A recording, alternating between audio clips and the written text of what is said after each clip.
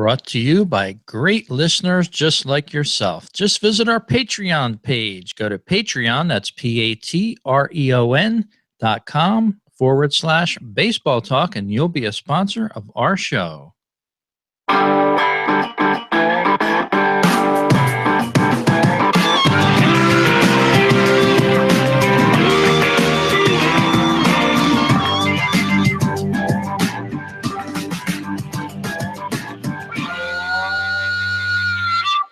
Hello, everyone, and welcome to this week's edition of the Baseball Talk Radio Show, where we're talking all about our favorite sport, and I'm betting it's probably yours as well. Gary Mack, how are you? I'm great, Rich. As we get closer and closer, it's almost here. We're hours away from opening day, and a great time of the year. And Rich, I'm excited because we got a terrific guest on tonight, and can't wait to bring him on. Yes, indeed, Gary. I had to go to Wikipedia for this, but I wanted to know what season we were welcoming in here at 117th season of Major League Baseball, about ready to kick off this weekend. On Sunday night, we have the Cubs and the Cardinals kicking everything off, and it's going to be a great weekend. It certainly is, and of course, the Mets and the Phillies will get underway, not against each other, but they'll get underway on Monday. And I can't wait to have my time preoccupied again with baseball. Yep, it's a great pastime, America's pastime, if you will. And as you said, Gary, we have a very special guest on tonight. We're not going to keep him waiting at all. Mr. Hal Bock with a great baseball book. And why don't you introduce him? Well, you're right there, Rich. Hal Bock is an award-winning sports writer and columnist and an adjunct professor at LI University, and he worked for the Associated Press for over 40 years. He has 13 books out, including The Last Chicago Cubs Dynasty, Before the Curse, and his latest work is a book called Banned, Baseball's Blacklist of All-Stars and Also Ran, and he's on the line with us right now. Hal, welcome to the Baseball Talk Radio Show. Good to be with you guys. Hal, that's a great book you have out, Banned, Baseball's Blacklist of All-Stars and Also Rans. Can you tell our listening audience how you came up with that title and what inspired you to write it? Well, it's a continuing saga in baseball. Guys get themselves in hot water. I mean, everybody knows about the 1919 Black Sox who fixed the World Series, and everybody knows about the aftermath when 8 men were thrown out of the game permanently, including shoeless Joe Jackson and Eddie Seacott, the pitcher. There were some great players on that team, and they were just barred for life. And I just got to thinking about other individuals who ran afoul of baseball, and there are a ton of them. I mean, it's gone on. Somebody asked me the other day, when did it start? Well, I traced it back to 1876, which was the first year of the National League, and it's been going on ever since. And we had the latest example this week when Jeurys Familia of the Mets got a 15-game suspension from the commissioner. So, it just goes on and on. And as you said, it goes back to the beginning of the game. And who was the first guy that you could document that was really suspended from the game? Well, it started in 1876. There was a team in Louisville called the Louisville Grays, and they were a very good team, and they were in first place. They had won 26 of 38 games or 37 games. They were in first place, and they went on a road trip, and they suddenly went south. They suddenly lost 10 out of 11 games, some of them under suspicious circumstances. So one of the baseball writers who was covering the team happened to be the son of the owner of the Louisville Grays, and he went to his father and he reported his suspicions. And the guy he sent it on was a pitcher named Jim Devlin. And ironically, Jim Devlin had been approached the year before about fixing games, and he was outraged at the idea. But in 1876, I guess times were tough, and he thought, well, maybe this might be a way to make a buck. So Jim Devlin was a pitcher, and he was the first one, and he drew 3 or 4 other guys in with him. So there were 4 guys who were suspended. They were the first ones to go, and it just continued after that. There was an outfielder named Lipman Pike who got himself suspended 3 times. The third time he was suspended was supposed to be for life. Oh, the second time was supposed to be for life, and he pleaded his case, and he was allowed back into the game. And by this time, he was kind of old. He was the first slugger in the game. He led the league with 6 home runs one year, and by this time he was a little old, and he's playing the outfield, and he committed 3 errors in 1 inning, allowing the winning runs to score against his team. And immediately the suspicions came back, and he was suspended for life.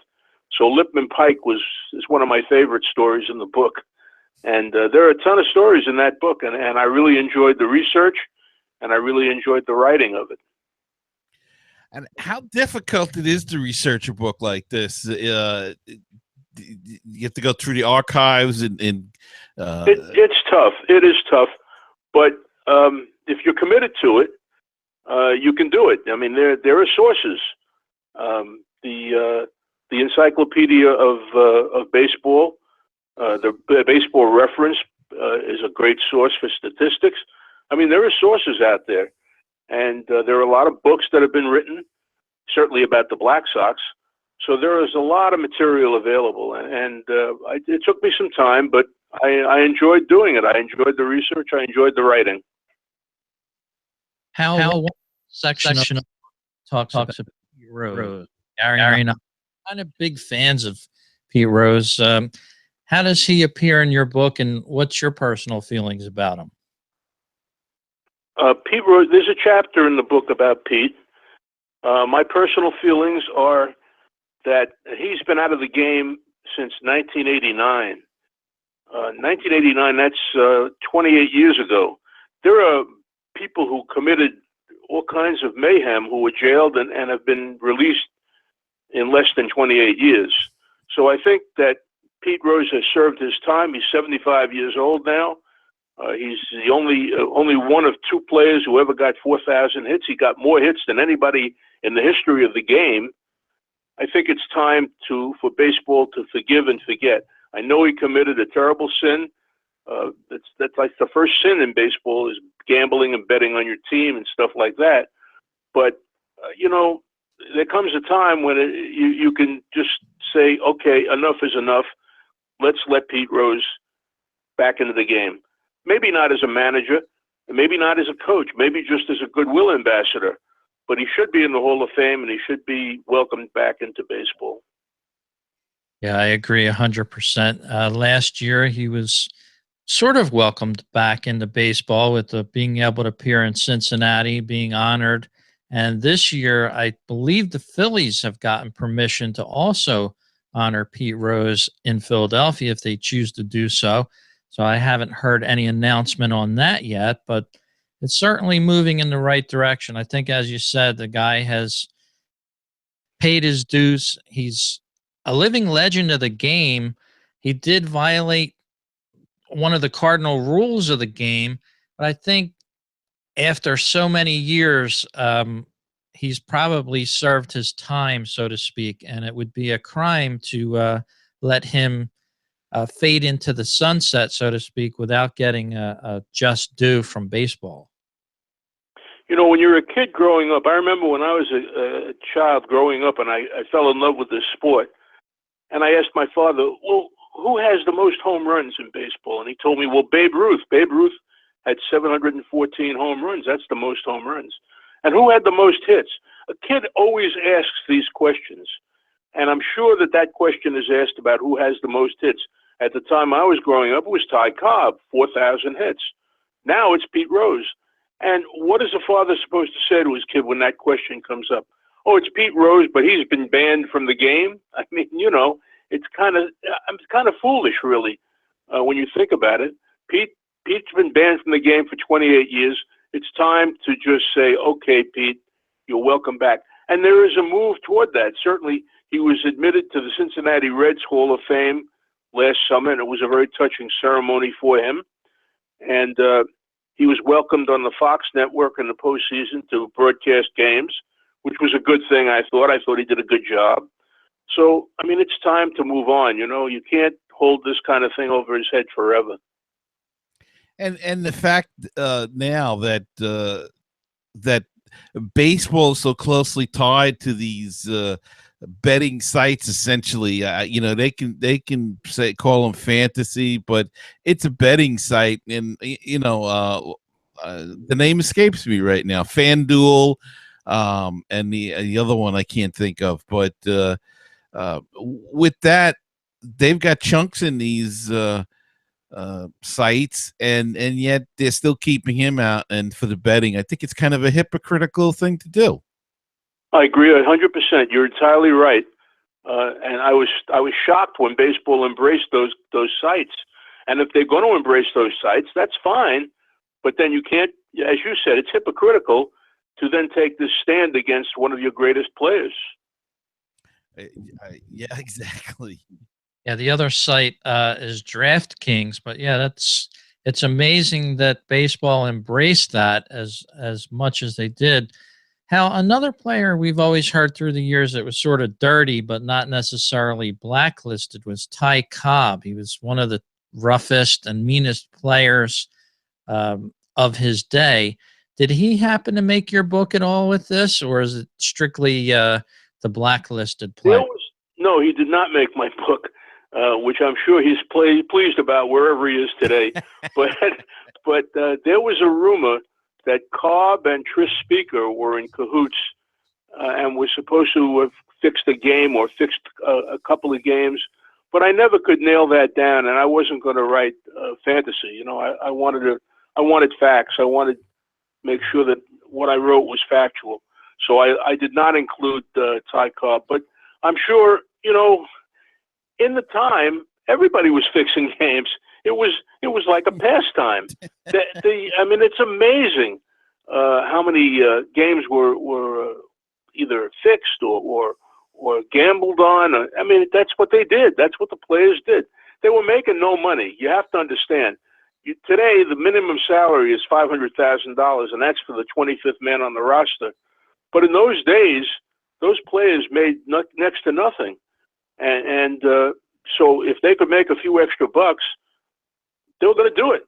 They were tempted, and they were going to do it. The Black Sox, the saga of the Black Sox starts with Ed Seacott, the pitcher. Ed Seacott was the best pitcher on their staff, and he negotiated a contract with Charles Comiskey, who was the owner of the team, that paid him a $10,000 bonus if he won 30 games. Well, Seacott got to 29 wins, and Comiskey ordered the manager, Kid Gleason, to shut him down. Don't pitch him again. Well, then he can't win that 30th game. He can't collect the $10,000 bonus. This made Ed Seacott a little unhappy. So when the gamblers came around with a $10,000 payoff, Seacott said, you know what? I'll do it.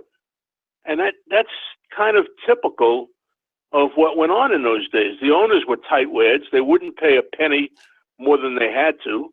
And so the players were always looking for a way to earn a few extra bucks. And this was a way to do it.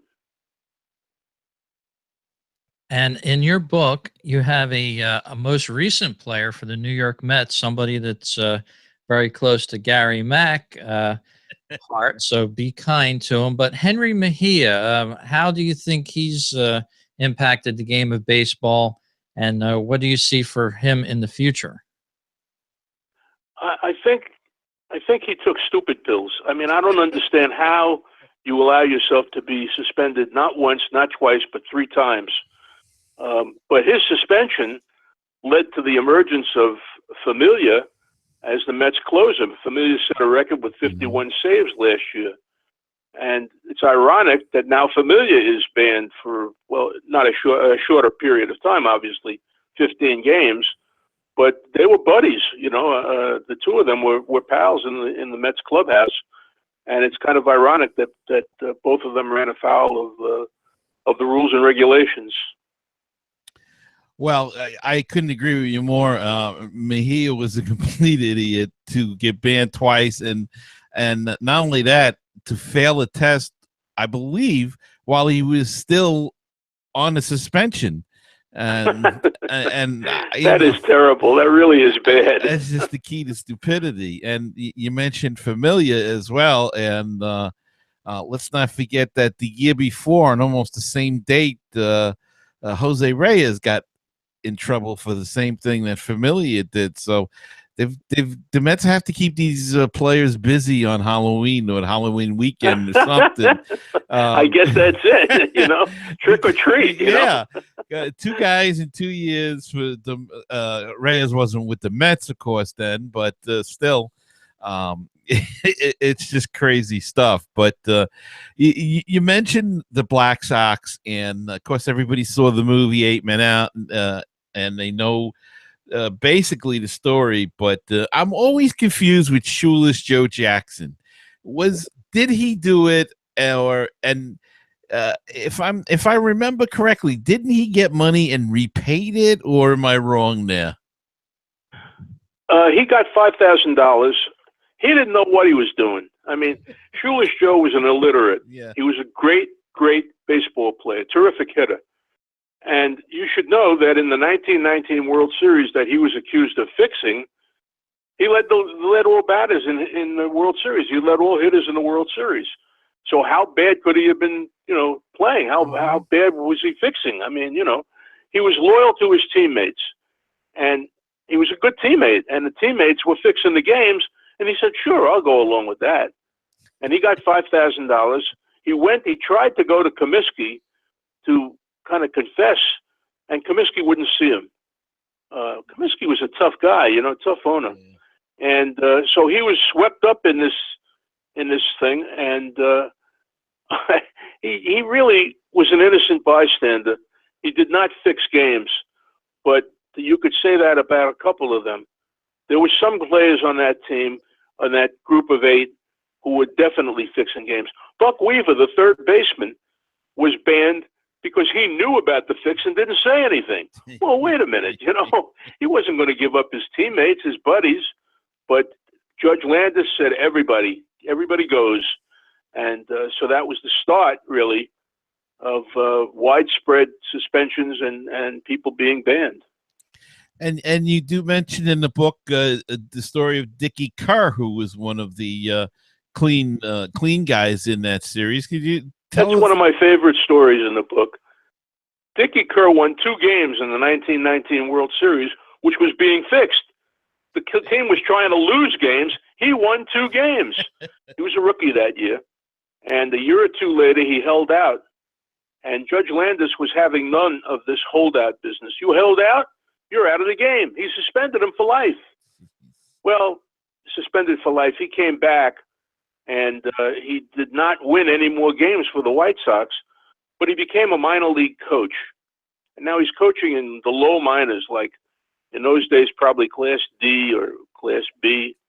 And he's got an outfielder, a pitcher, who, pretty good pitcher, but he fell. This pitcher fell fielding a bunt, hit his left elbow. He was a left-hander, hit his left elbow, and he was in bad shape. He couldn't pitch, and he thought his career was over.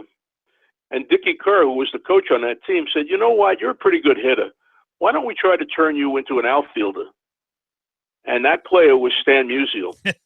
So Dickie Kerr was responsible for the development of one of the greatest hitters in the history of the game, even though Dickie Kerr had been suspended by Judge Landis, banned by Judge Landis. So there are interesting stories like that throughout the book, and that's why I enjoyed researching it, and then I enjoyed writing it. We're talking with award-winning Associated Press sports writer Hal Bock, who's brought us a great baseball book here called Banned: Baseball's Blacklist of All-Stars and Also-Rans. Hal, you've had a great 40-year career. You've covered 30 World Series, 30 Super Bowls, 11 Olympic Games. Can you tell our listeners if any of those World Series left a big impression on you? What is your favorite, most memorable World Series that you've covered? When I came to the Associated Press, one of my ambitions was to write the first lead on a story on a World Series. the game story on the World Series. And the first time I had that opportunity was 1972, Cincinnati Reds and the Oakland Athletics. And that series went 7 games, and 6 of them were one-run games, and many of them turned in the last inning, requiring me to throw out the story I had already written and start from scratch. And it's a great deal of tension, a great deal of pressure. And when I got through with that World Series, I said, there's nothing they can throw at me that I can't handle, because if I could handle this, I could handle anything. One of the greatest thrills for me was the 1977 World Series, when Reggie Jackson hit 3 home runs on 3 pitches in the 6th game. I thought that was an amazing feat. But there were a lot of moments and a lot of adventures, and I had a great time with it. I enjoyed it, every moment of it. Yeah, that Oakland A's team was magical in the early 70s. I was growing up as a kid then, and that's when baseball actually grabbed me, and I couldn't get away from it since then. I just, all those characters from Catfish Hunter to Vita Blue, Gene Tennis, they're all still embedded in my brain from being a kid. That was a great era for baseball. 3 World Championships. Yep. 3 straight they won. Yeah. Amazing. And Hal, you've seen a lot of games, and what do you think about the changes that the commissioner is making in the games today? Leave my game alone. Please leave my game alone. I hate the changes. I hate the idea of a automatic intentional walk. I've seen intentional walks turn into wild pitches. In the 1972 World Series that we were just talking about, Johnny Bench is at the plate, and they feign an intentional walk to him. And Raleigh Fingers was on the mound for the A's, and Fingers snuck a 3rd strike past Johnny Bench in what he thought was going to be an intentional walk. So stuff happens. That's what makes baseball such a fascinating game. You never can tell what's going to happen. A wild pitch on an intentional walk. Last season, the Yankees' young star, Gary Sanchez, reached out and hit a sacrifice fly when they were trying to give him an intentional walk. That's part of the fun of baseball, the unpredictability of it. So I hate that idea. The idea that they floated, which I thought was hilarious, to extra inning games. If you have extra innings, you could play a lot of extra innings. I once covered a game that went 25 innings between the Cardinals and the Mets. So I know that you can play a lot of extra innings. And they floated this idea about starting extra innings with a man on second base. Wait a minute. A man on second base? How did he get there? Oh, well, it's just automatic. We put him on second base. This way, he has an opportunity to score, and team can go ahead, and the game can be over, and we all go home. Why do we have to all go home? You paid your admission price to see a baseball game. The baseball game will be decided sooner or later. Now, you can choose to go home if it's getting late, but let them play the game out. There's no clock in baseball. Every other sport has a clock. Baseball doesn't have a clock. Play the game out. So I wrote a column the other day about this, and I said, if you really want to shorten the game, instead of playing it the way we've always played it, let the 2 managers sit down at a table at home plate and play a game of Stratomatic baseball, and it'll be over in an hour, and we can all go home. I mean, that's not what we paid for when we paid for the price of admission. So that's my thought about that. I hate tinkering. I couldn't agree more. I mean, some people, it takes them an hour and a half to get to the ballpark, and then an hour later they want you to leave. I mean, it's crazy. They want to speed up the game, and we know what delays the game. It's the damn commercials. That's the way you do it, but they're not going to touch that because that's their revenue. So they got to find other ways. But look, some of it may be okay. You want to speed the pitcher up a little bit, okay. But I'm with you with the intentional walk. Just let it go. He throws 4 pitches. I mean, come on. It's not. Well, how much time are you going to save? I mean, it's ridiculous. I think It really is. It's foolishness. I think they figured out something that over the course of a season it could save like 14 seconds or something. Or Well, how it's often do you see an ridiculous. intentional walk? You may have seen one every 2-3 games. It's just foolishness. It really is. I couldn't agree more. It's really silly. We're talking with Hal Bock. He's the author of Banned, Baseball's Blacklist of All-Stars and Also-Rans. You have 16 books left in stock on Amazon. Let's hope some of our listeners can click the button and add this wonderful book to their cart. Maybe we'll sell out your books on Amazon for now. They'll have to restock them. But thank you very much for appearing on the show, Hal.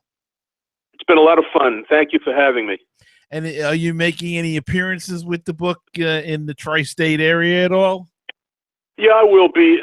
There's a bookstore down in Greenwich Village called Bergino's Baseball Clubhouse, and I'll be in there. I don't know exactly what date yet, but I'll be in there sometime this summer.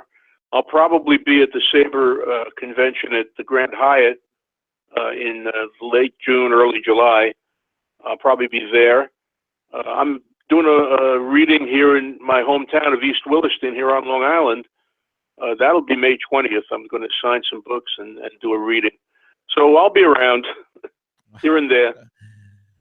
All right. And if you're in that area, go check out Hal Bock and his book, Banned, the baseball's Blacklists of All-Stars and Also-Ran.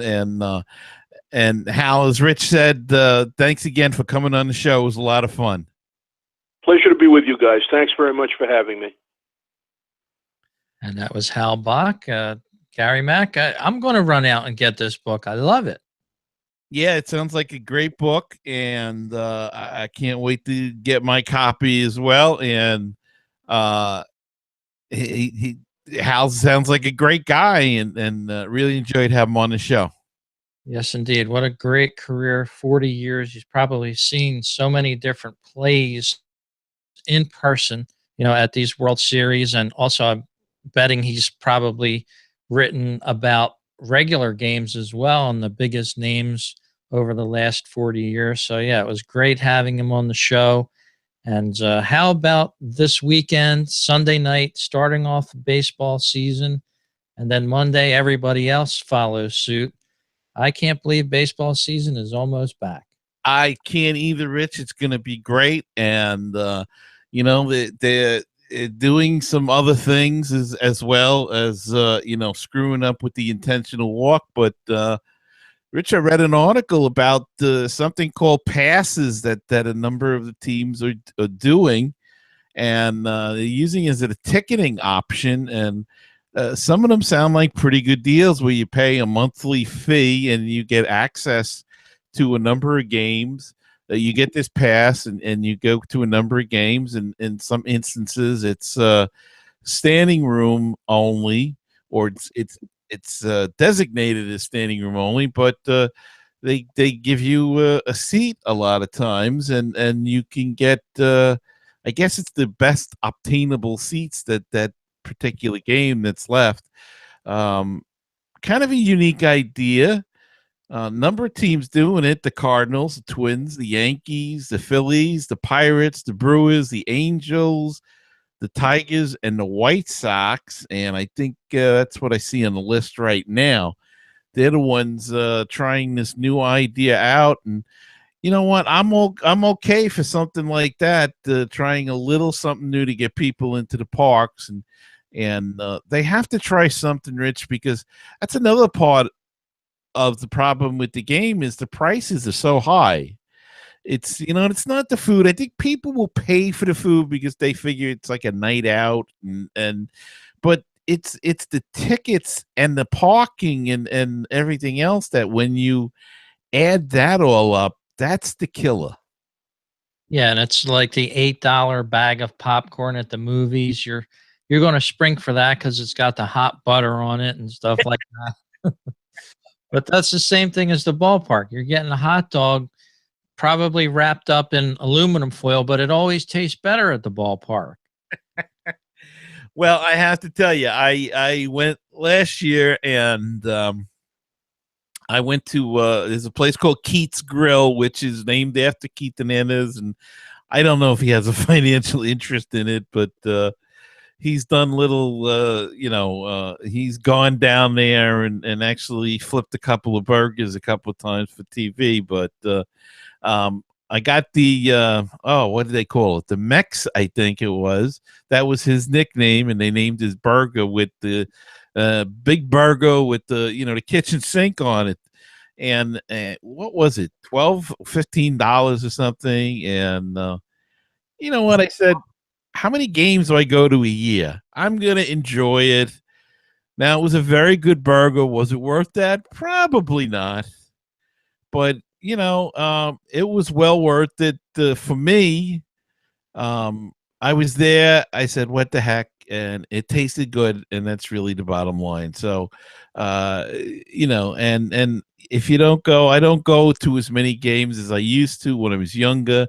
I had season tickets, and then we got into the habit of bringing our own food or tailgating before the game and eating then and but in those days you'd spend a lot of money on the beers, but those days are gone. and and so I go now and enjoy maybe an expensive sandwich just to see. And as you said, those ticket plans are great. A lot of the teams that aren't doing that well are the ones that can afford to do it because they're not selling out the stadiums in the first month, month and a half, maybe even 2 months till summer comes along.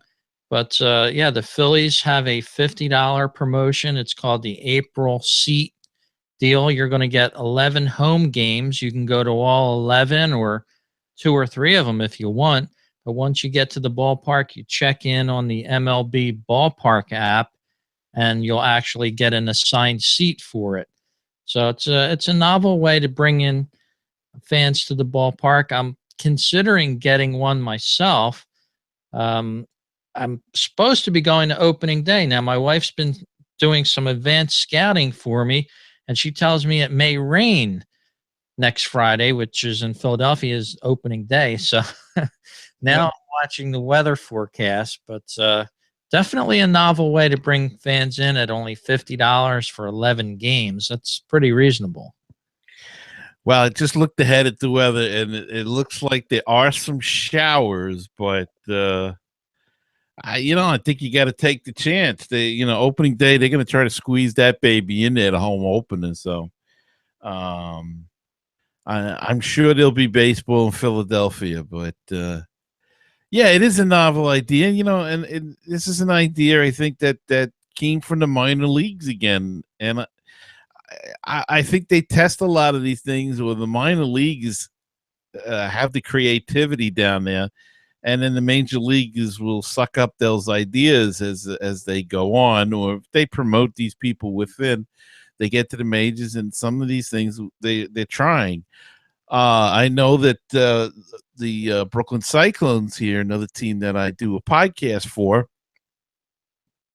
short season A-League team of the Mets, they have a flex book, which is kind of the same principle. You can buy an 11-game flex book or a 20-game flex book, and there's no dates on any of the tickets. And you can go to the game, and they'll give you the best available seat that they have for that game. So kind of in the same ballpark, if you will, no pun intended there.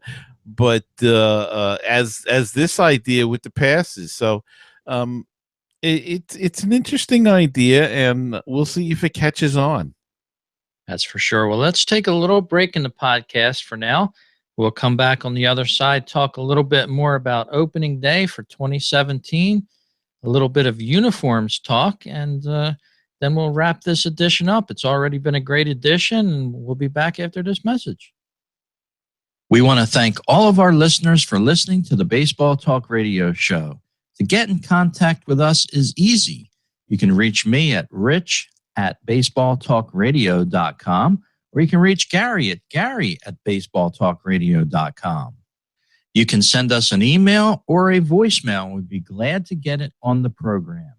Follow us on Facebook and Twitter. Go to our website, mlbthisweek.com, and you can find the links to those areas. On Twitter, we're at MLB This Week.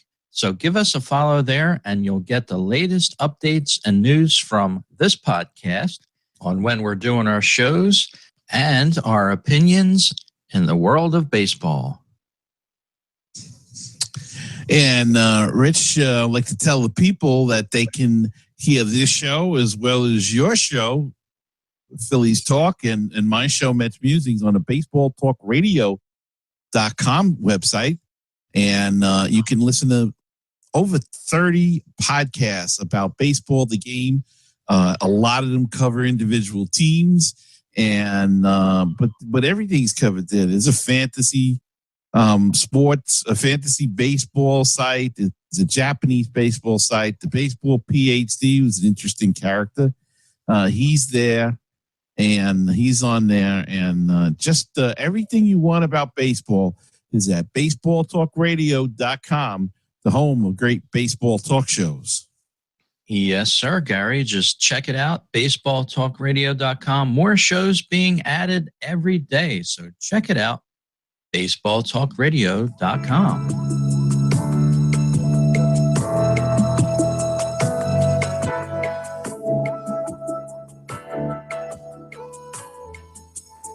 And we're back talking baseball here, 2017. Opening day just around the corner now, just 48 hours away, just about from the time we're doing this podcast.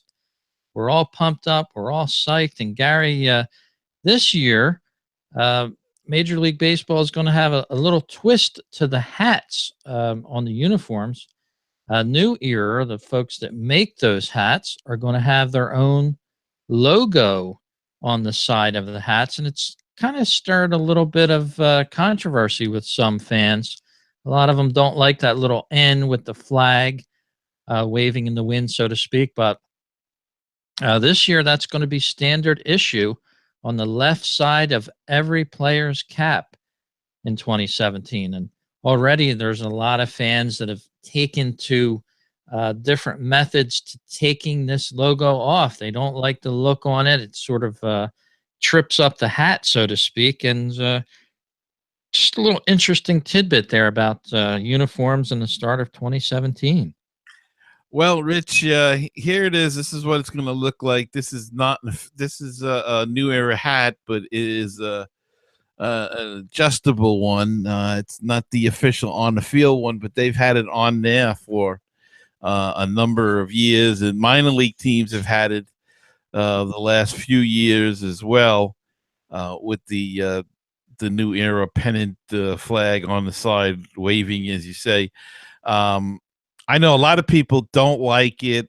It's like anything else. You're gonna grow used to it, and as long as they don't have Joe's Barbershop or on the left side and Tony's Auto Body on the right, they could get to that next year. I believe the uniforms will be made by Under Armour, and supposedly the Under Armour logo is going to be on the front of the jersey, which I don't think I'm going to like the look of that. In years past, Rawlings, when they had the contract, it was on the left sleeve, I believe, or it's on one of the sleeves. Rawlings, Majestic, that has the current contract, the same deal. It was on the sleeve. Now, apparently, Under Armour is going to have it on the chest somewhere. Don't know how that's going to look, especially like the Yankees uniform. I mean, they got the big NY there. What in the middle, right above it, they're going to have UA or whatever the Under Armour. Well, it's a U and an A. The logo. I don't know how that's going to go over. The sleeve I could live with. I don't think that's going to go over too well when you've got a team name across and you're going to have this logo sitting there. I don't know, but that's I think a year away. I think they take over next year, the unis, and I guess it comes back to one thing, Rich, like we said with the commercial breaks. It's all about money, and that's all it is. It's money that they're going to get paid, Major League Baseball, and it's hard to cut into that. Yeah, and speaking of cutting into things, if you're watching the video version, I just put up a picture of what some fans are doing to take these logos off their hats. Seam pullers they're using. Yeah, I agree with you, Gary. I don't like to see a lot of extra um, logos, so to speak, on uniforms. But we did see that a little bit in the World Baseball Classic. I think the Japanese team, if memory serves me correct, one of the teams from the Orient had some extra advertising on it. And yeah, it takes away the professionalness of the game, I think. It sort of adds a little bit of, I don't know, intrusion into the game, I guess you want to call it. Yeah, I mean, the sleeves and everything, as I said, that doesn't bother me. I don't know how I'm going to feel on the body of the uniform, but the NBA is going to do it, I believe, but they're going to actually going to have names of companies or something. It'll be very limited. Probably the big companies that partner with the NBA, those are the ones that they'll have. As you say, they do it in Asia, they do it in the Caribbean, in the Latin America baseball. They have it. They have ads on the hard helmets. They have endorsements and stuff. I don't know. It's we've had it on shoes for a number of years between the Nike and the New Balance and the Adidas, and now it's just making its way up, and it's all about the money, Rich. That's all it is. Yes, it is all about the Benjamins, I guess you got to say. And what can you do? That's just the world that we live in 2017. But some of the other things on uniforms this year, and I really like looking forward to the changes in some of the uniforms and things. But I was reading a little bit about the Marlins, and of course, they're hosting this year's 2017 All Star game. They're going to have a nice shoulder patch uh, signifying that for this year. The Marlins are, and they're also going to be wearing a number 16 to honor their pitcher, Jose Fernandez, who died just before last season, before the end of last season, that is. So a couple of extra patches going to be worn by the Marlins this year. And of course, just recently, Dallas Green passed away, and the Phillies will be honoring him with a special patch on their jersey as well. So couple honorings there with the uniforms. The Mets shaking up their logo a little bit. Let's read a little bit about that. And this article that I'm reading from is on ESPN.com. So if you want to check it out, it's by Paul Lucas. A couple of days ago, it was posted. It's called Uni Watch, the 2017 MLB preview. And let's see, for the Mets, two small changes. First, the brim on the home alternate cap, that's the one usually worn with the blue home alternate jersey, has been changed from orange to blue. This means the only alternate, quote unquote, aspect of this cap is that the NY logo is outlined in white.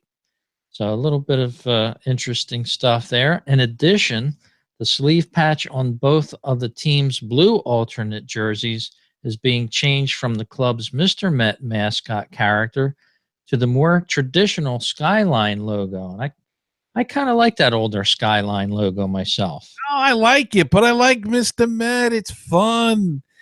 He's one of the most popular mascots in the game, and why not give him his due on the uniform? I mean, I know they change it every couple of years, and that's to get people to buy things. Again, it's the money. It's all about the money. It's all the reason they do it, because then they say, oh, well, I got to have the newest, as far as the alternate cap go, I like the orange brim. It made it different, Now they're back to just the all blue again. It's dull. I'd like to see him come out with an orange hat for an alternate hat. Now that would be sharp. Or an alternate jersey, an orange jersey with blue, royal blue letters. There are companies that make them, and they're really sharp looking. And why the Mets never did that, I don't know. But the hat is it's kind of bland now. The alternate hat at home, and as you said, all they did was they removed the orange brim, made it blue, left the white underlining in the NY on the hat. Big deal. Blah blah blah. $38 they want to sell this for. And as far as the Mr. Met thing, like I said, I don't know. It was fun. It was nice. It was, embrace something else once in a while. We had the logo, the Skyline logos on the regular pinstripe uniforms. Embrace something else. That's all. Let it all flow. Let it flow, right? And Gary, the Cubs, the World Series winning Cubs, basking in the glow of their long-sought World Series title, will come out onto the field for opening day in a gold-trimmed design, being worn specially for the Cubbies home opener. It's gold-trimmed jersey, including a World Series sleeve patch. Yeah. And this is something new that started, I think, a couple years ago with the Giants, and the Royals did it last season. And, there are pictures from years and years and years ago, in like 1905 or something, of the Giants, the New York Giants at the time, coming out in the field. And instead of having Giants on the uniform, they actually had on like 1904. My years are off, but the world champions on their jersey, and they wore those jerseys. But they don't go that far. But the gold, it's look, again, it's all about the money. I mean, now we have special hats and special uniforms for Mother's Day, Father's Day, July the 4th. I'm surprised they don't have one for Easter.